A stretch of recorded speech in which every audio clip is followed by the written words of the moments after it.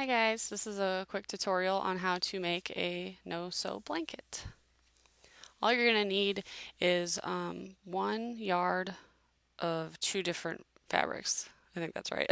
This is 1 yard right here of robot fabric, and I got another yard of the lime green fabric that's going to match the robot in this blanket. I did wash and dry this fabric before I used it, just in case it were to shrink. This is the flannel, like the fleece fabric. You can't use normal flat fabric because that will fray. So you're just going to go around and pin it and make sure that all the sides match up. Most likely you will have to cut off some, which I had to do here. I'm out of frame, but I'm cutting, one piece was a little bit longer, so I'm cutting the bottom of that off. And you can see the sides kind of go in too, so I have to adjust those as well. And it doesn't have to be exact, but just try to make it as best you can. Then I went around and pinned it. I used some of these clips. You can use like safety pins and things if you want it more exact. But then you're going to go to each of the four corners and cut out a 4x4 square. And you're doing this so when you go to tie it, it makes a nice corner. It's not an awkward one, it kind of rounds around.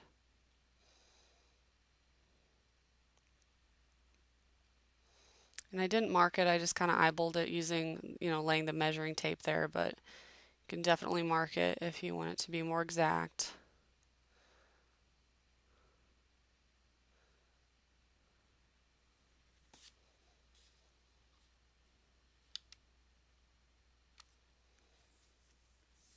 And once you get done cutting out all the corners, again, I laid down the measuring tape. I cut about 1 inch wide strips. You can make them whatever size you want, but the size kind of looks the best. I wouldn't do anything smaller than that. A little bit bigger might be okay though. This part was probably what took the longest. And you want to make sure you cut them all the way up to that 4-inch mark where you cut out the squares, or else it'll look weird.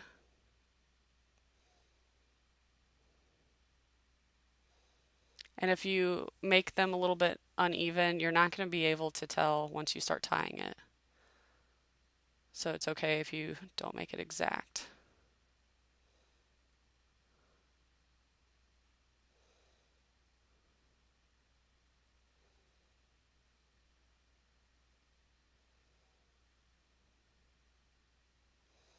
You have to keep readjusting the fabric to make sure it doesn't move on you as well.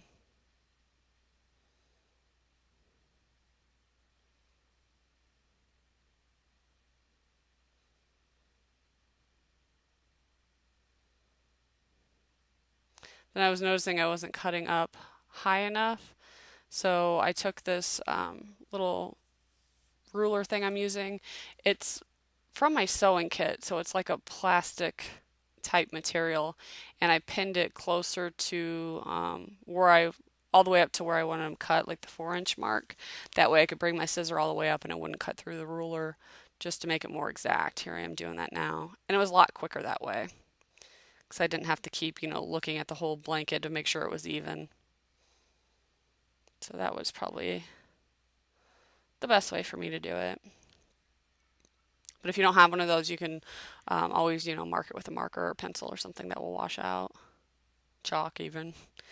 And then you're just going to go and do a double tie all the way around. It's really easy. It's nothing fancy.